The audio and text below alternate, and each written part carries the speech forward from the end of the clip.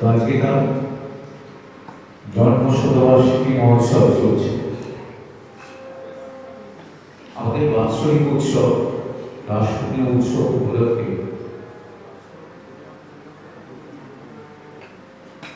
তার দুটি, একটি অসমীয়া ভাষা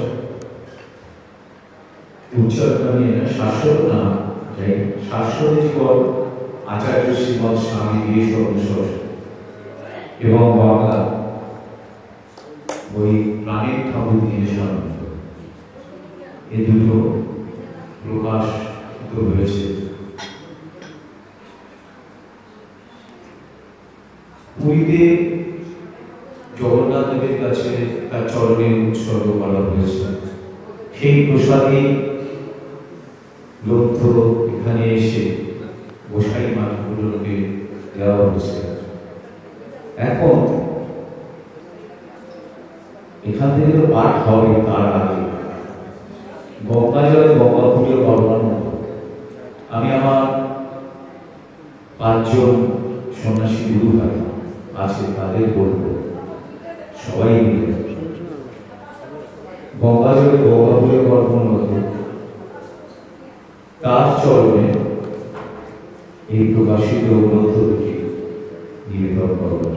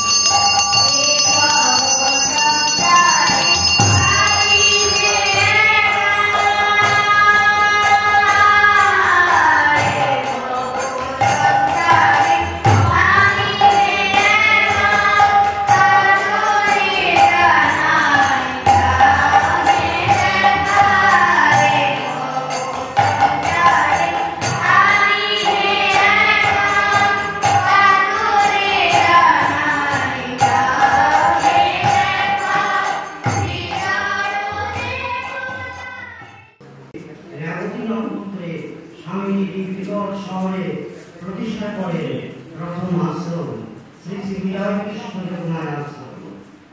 ডিব্রুগড়ে যে ভক্ত বাড়িতে তিনি সেই সময় ছিলেন, নতুন মন্দিরের ভিত্তিপ্রস্তর স্থাপনের উদ্দেশ্যে সেই বাড়ি থেকে বেরোবার আগে ঠাকুরের আজ্ঞা চেয়ে প্রণাম করছেন তার সহধর্মিণী যোগমায়া ঠাকুরানী শ্রী শ্রী জগন্নাথ দেব এবং শ্রী শ্রী গোপালজি। এছাড়াও প্রত্যেকটি আশ্রমে একটি শিব মন্দির আছে এবং পাড়া প্রতিবেশীরা এখানে শিব পূজা করতে আসেন। মানসিক চেতনার লগতে সুস্থ শরীর অতি প্ৰয়োজনীয়। সেয়েহে আশ্ৰমৰ ভিতৰত এখন দাতব্য চিকিৎসালয় গঢ়ি তুলিলে। বৃক্ষ সেৱা, ছাত্ৰ সেৱা, গ্ৰন্থ সেৱা আৰু অসুস্থ ব্যক্তিৰ সেৱা, পৰিচৰ্যা আৰু চিকিৎসা আছিলে তেওঁৰ জীৱনৰ বিশেষ ব্ৰত। গুৰুজীৰ আন এটা ব্ৰত আছিল গো সেৱা। ডিব্ৰুগড় আৰু ভোজপুৰ আশ্ৰমত তেওঁ গৰু আৰু পুহিছিলে। এই গৰু গাখীৰৰ কিছু অংশ নিতৌ ঠাকুৰৰ ভোগত লাগে আৰু বাকী অংশৰে দৈ তৈয়াৰ কৰা হৈছিল। সেই দৈৰ ঘূৰ প্ৰস্তুত কৰি আশ্ৰমৰ ভক্তসকলৰ মাজত বিলোৱা হৈছিল।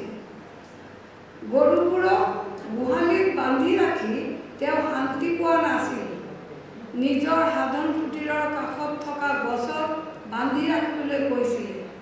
মাজে মাজে তেওঁ কৈছিলে, এই গৰুবিলাক দেখিলে নিবিড়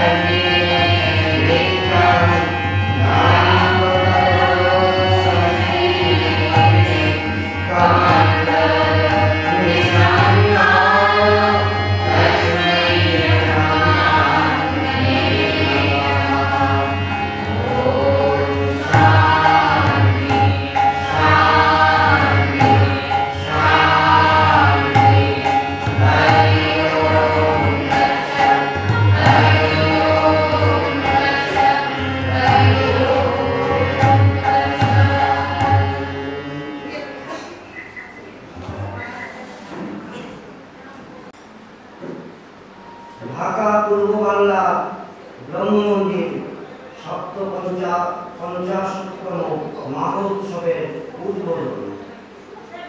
বুধবার 7ই মাঘ 1293 সন উদ্বোধন। অতি পূর্বকালে পূজার পূর্বে বোধনের অনুষ্ঠান হইত।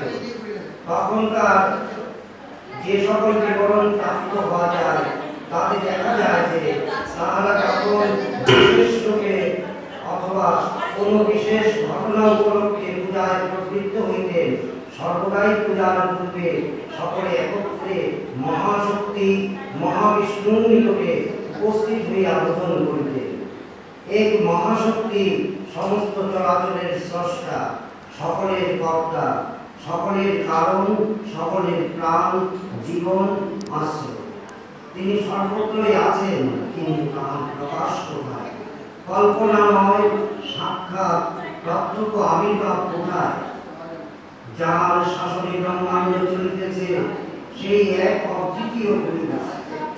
তাহার বোধন না হইলে, প্রত্যক্ষ না হইলে তাহার পূজা করিতেন না, তাহারা পূজা করিতেন না। শস্যে বৃক্ষে লতায় সকল পদার্থে অগ্নি আছে সত্য, কিন্তু প্রকাশ না হইলে, ওই অগ্নির বোধন না হইলে তাহার দ্বারা কোনো কার্যই সাধিত হয় না। সর্বত্র বায়ুতে জল আছে, কিন্তু ওই জলের বোধন না হইলে শুধু বায়ুস্থিত জলে কোনো কাজ হয় না। মৃত্তিকাতে রস আছে, কিন্তু ওই রসের প্রকাশ না হইলে বৃক্ষলতাদি কিছুই হয় না। এই রূপে সকল স্থানে সর্বভূতে প্রাণ রূপে, জীবন রূপে একমাত্র স্রষ্টা পাতা বিধাতা ব্রহ্ম রহিয়াছেন। তিনি আদিশক্তি পরাশক্তি না বিরাজ করিতেছেন, কিন্তু তাহার বোধন কোথায়? এখানে আছেন বলিয়া হয় না, বোধন চাই।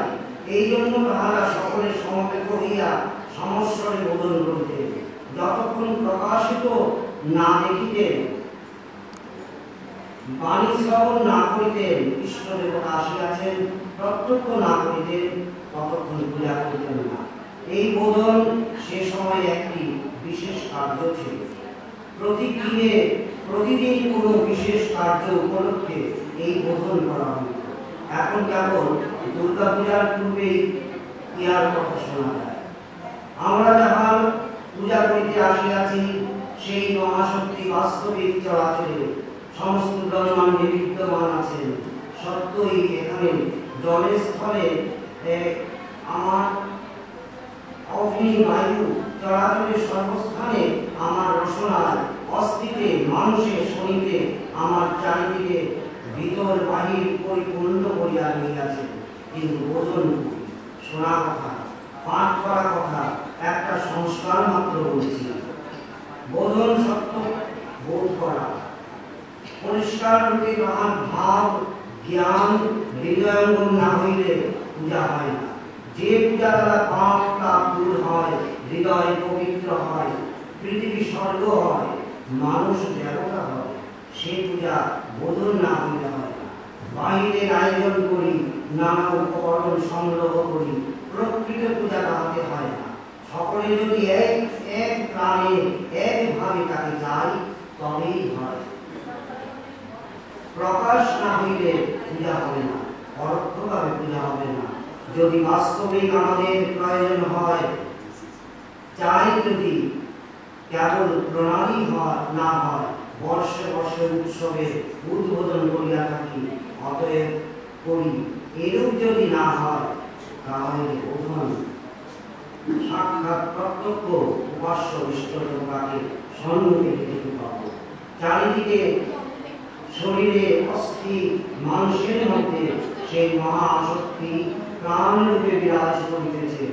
তিনি অন্ধ শক্তি নন, পুরুষ ব্যক্তি, তিনি সত্য, তাকে আস্বাদন করা যায়, হৃদয়ে ধরা যায়। তিনি আনন্দ স্বরূপ, জ্ঞান স্বরূপ, তিনি জ্ঞানী, সমস্ত জগতের কর্তা বিধাতা, সমস্ত শক্তিকে স্বয়ং পরিচালন করিতেছেন। এমন পুরুষ, এমন প্রকৃতি ব্যক্তি তাকে বোধন করি। আজ বিশেষভাবে তাকে লাভ করিবার জন্য, সম্ভব করিবার জন্য প্রাণে গভীর আকাঙ্ক্ষা হওয়া যায়, না হলে হইবে না। যথার্থ যদি আকাঙ্ক্ষা হয় তবে তাহা পূর্ণ হইবে, হইবেই হইবে। অতএব অতি সাবধানে এই পবিত্র কার্যে আজ আমরা প্রবৃত্ত হই। সকলের হৃদয়ে এই এক আকাঙ্ক্ষা জাগ্রত হোক, এই ইহা লইয়া অন্ধকার উদ্বোধনে আমরা প্রবৃত্ত হই।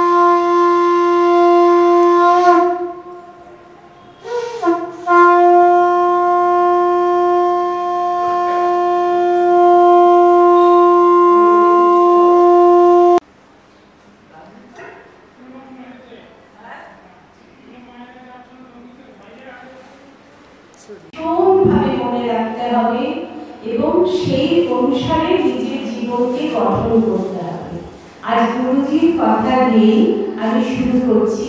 আজকে বিষয়টি একটু বলি, নারদীয় ভক্তি সূত্র। আপনারা অনেকেই পরিচিত আছেন এই গ্রন্থটির সাথে। কেউ যদি পরিচিত নাও থাকেন, আমি সামান্য একটু ভূমিকা করি।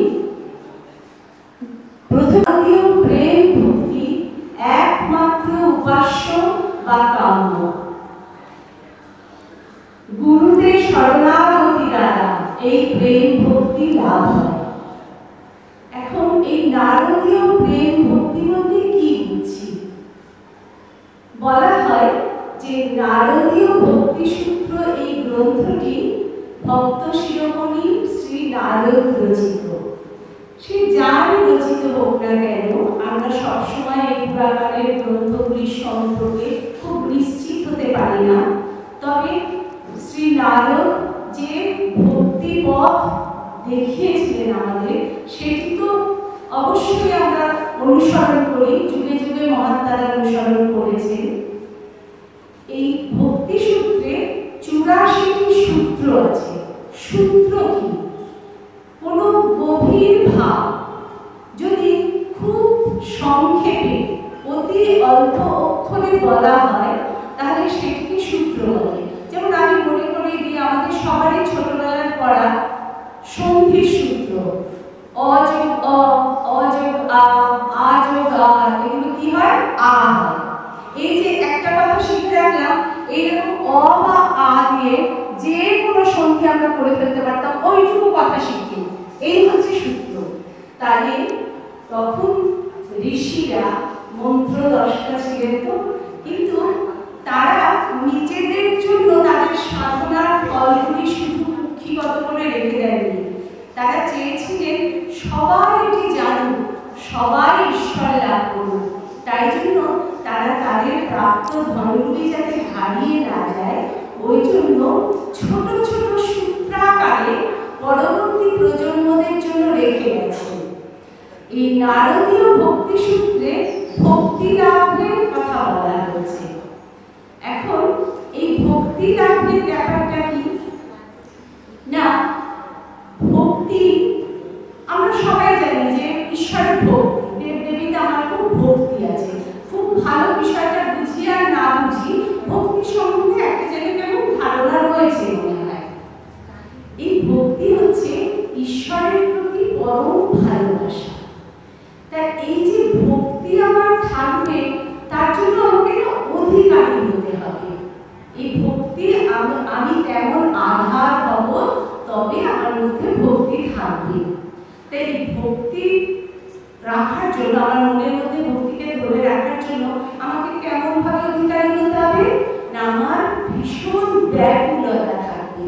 ঈশ্বরের জন্য একটা চরম ব্যাকুলতা থাকবে, মানে তাকে না পেলে আমার শান্তি নেই, এমন একটি মনোভাব যদি থাকে, তবে আমার ভক্তি আজ কুড়িয়াছে, দীর্ঘদিন যদি লাগে, তাও এক সময় সেটি একটি সম্পূর্ণ ফুলের আকার নেই। তো আমি এই নারদীয় ভক্তি সূত্রের থেকে কয়েকটি সূত্র পেয়েছি, আজকে আপনাদের সামনে একটু বলছি।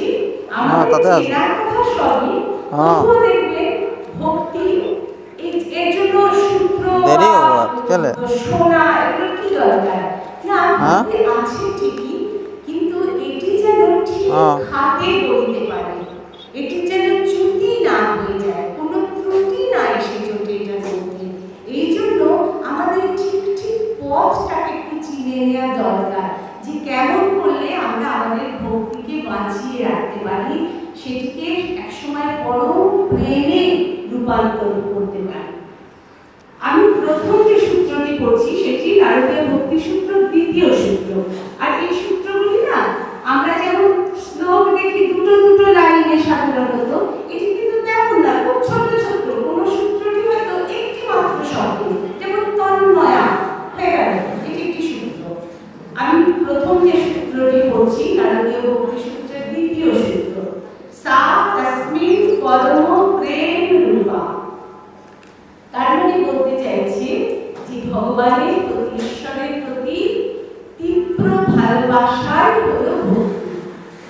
ঈশ্বর ছাড়া আর কোনো বস্তুর প্রতি যদি আমাদের এরকম তীব্র টান থাকে তাহলে কিন্তু সেটা ভক্তি নয়, সেটা আকর্ষণ, একটা আসক্তি মাত্র।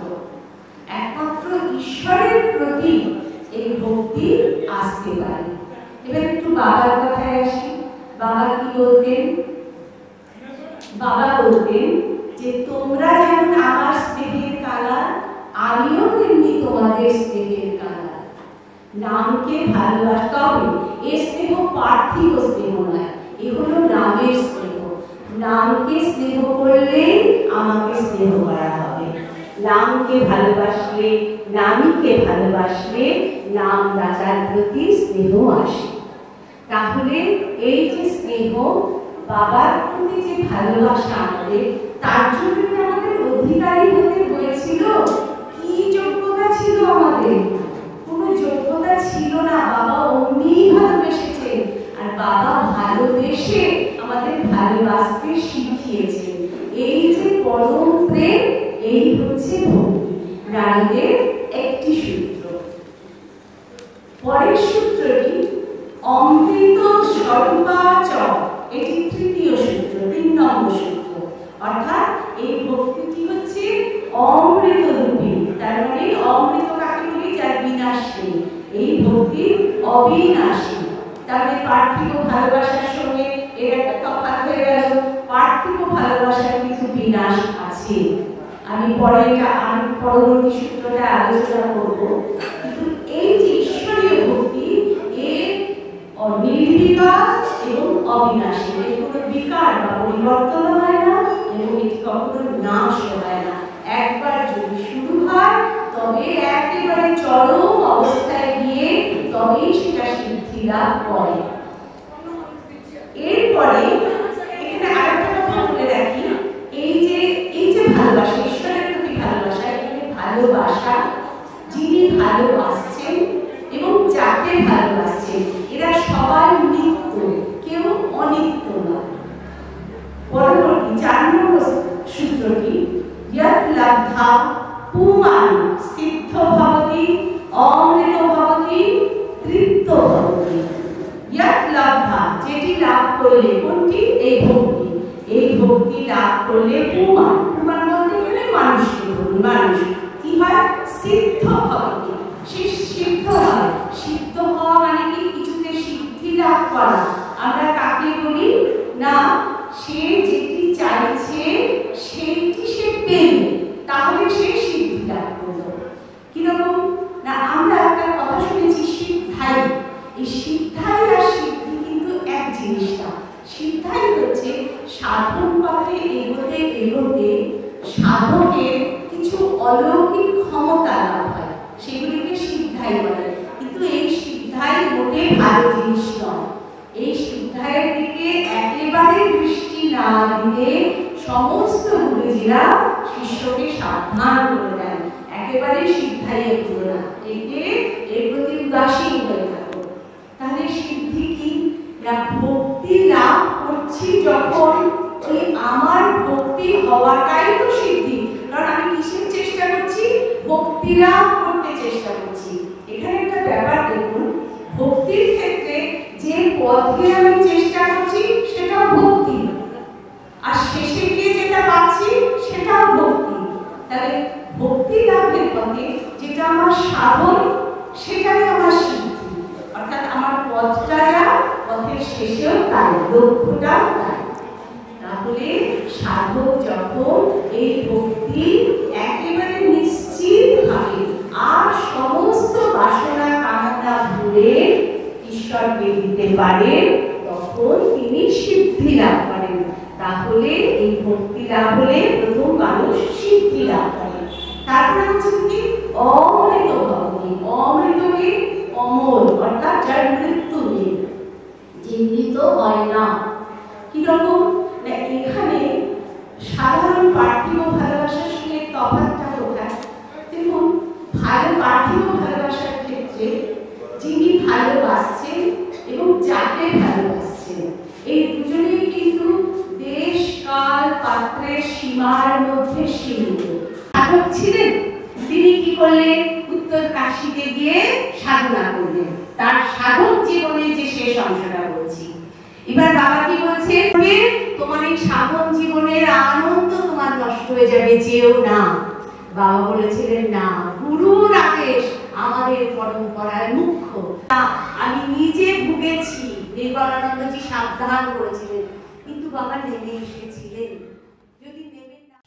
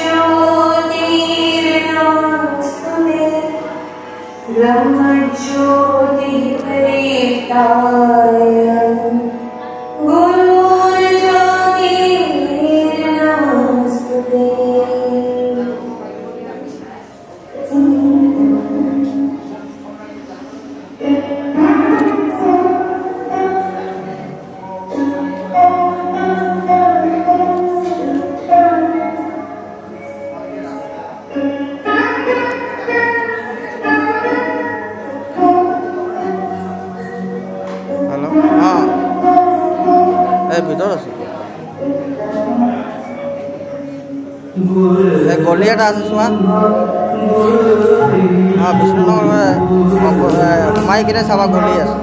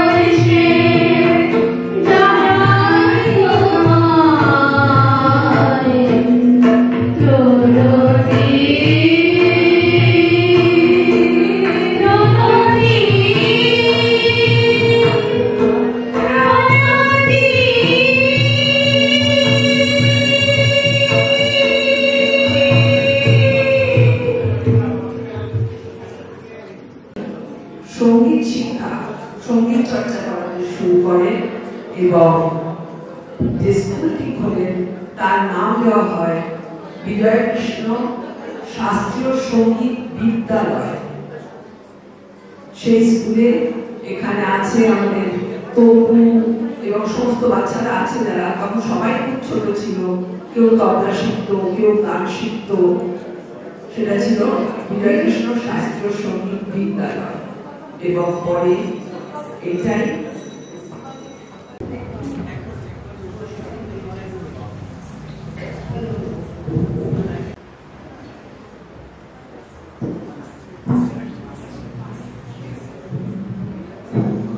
মহারাজের জন্মলীলা অবলম্বনে লীলা কীর্তন।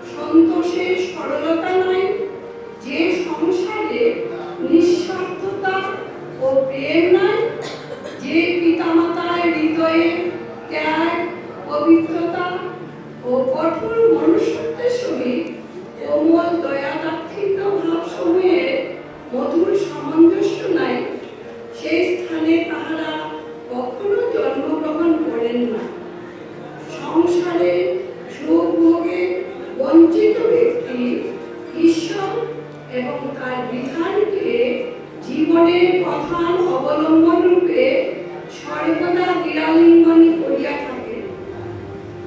এই জন্যই জগৎগুরু মহাপুরুষগণ জন্ম পরিগ্রহণ কালে এইরূপ পরিবারে আকৃষ্ট হইয়া থাকে।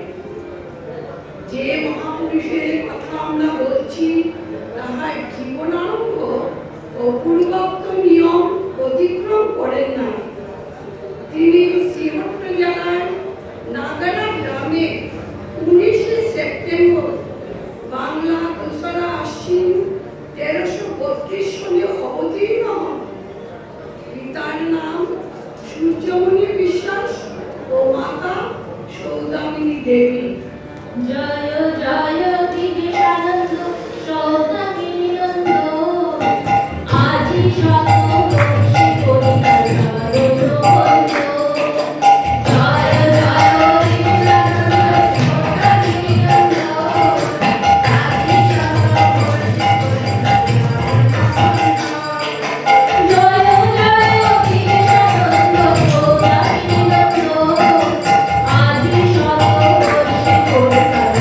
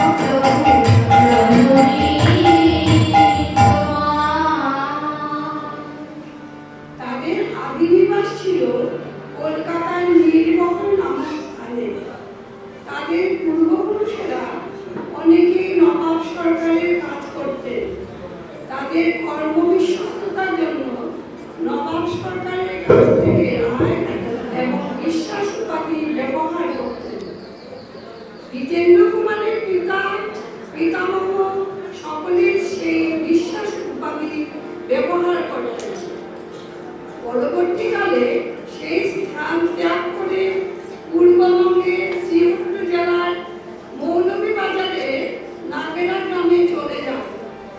পূর্ববঙ্গে শ্রীহট্ট জেলায় গ্রাম নাগেরা, যেন রতন মানিক দলে শোভে প্রকৃতির লীলানিকেতন অপূর্ব রামখানি, কুলু কুলু শব্দে বহিছে মন পতিত পাবনী।